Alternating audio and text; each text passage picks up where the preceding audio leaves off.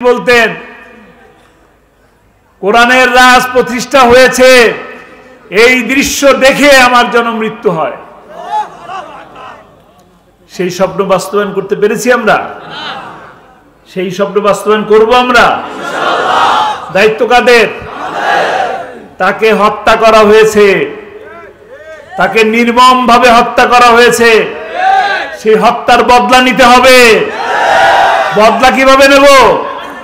তার স্বপ্ন পূরণের মাধ্যমে, ইনসাফ ভিত্তিক কল্যাণময় একটি রাষ্ট্র প্রতিষ্ঠার মাধ্যমে ইনশাআল্লাহ আমরা একটি সুন্দর সমাজ গঠন করব। যে স্বপ্ন সেই 50 বছর আগে যুদ্ধের সময় আমাদের মুরব্বীরা স্বপ্ন দেখেছিল কি? সোনার বাংলা। আমরা সেই সোনার বাংলা সত্যিকার অর্থে গঠন করব ইনশাআল্লাহ।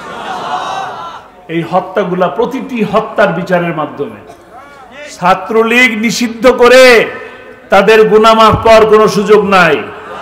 প্রতিটি হত্যার বিচারের মাধ্যমে ইনসাফ ভিত্তিক সমাজ প্রতিষ্ঠা করতে হবে ইনশাআল্লাহ। আমরা রাজি আছি।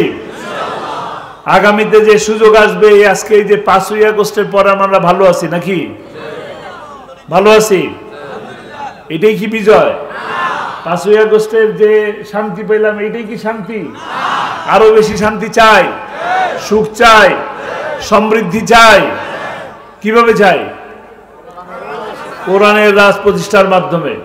আমাদের কাজ হবে আল্লামা সাঈদীর সেই স্বপ্ন, কোরআনের দাওয়াত। এই কোরআনের দাওয়াত আমরা প্রতিটি ঘরে ঘরে পৌঁছে দেব ইনশাআল্লাহ। রাজি আছি? রাজি আছি ইনশাআল্লাহ।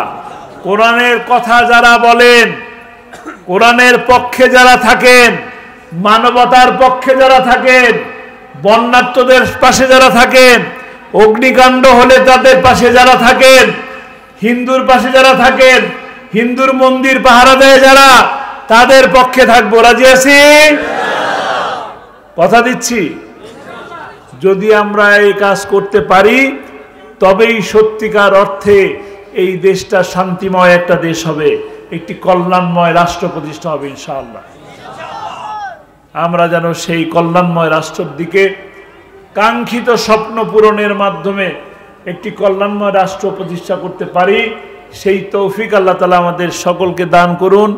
কোরআন নিজে পড়ার চেষ্টা করি, কোরআন বোঝার চেষ্টা করি, কোরআন মানুষকে বুঝাই, কোরআন দিয়ে নিজের ঘরকে সাজাই, কোরআন দিয়ে সমাজ গড়ি। আল্লাহ যেন আমাদেরকে সেই তৌফিক দান করে। ওমা তৌফিক ইল্লা বিল্লাহ। আসসালামু আলাইকুম ওয়া রাহমাতুল্লাহ। আমরা কেউ নাড়াচাড়া করব না। আমরা শহীদ আল্লামা দেলোয়ার হোসেন সাঈদী সাহেবের এই শহীদ পরিবারের শহীদ সন্তানের সাথে আমরা আল্লাহর দরবারে হাত উঠাবো।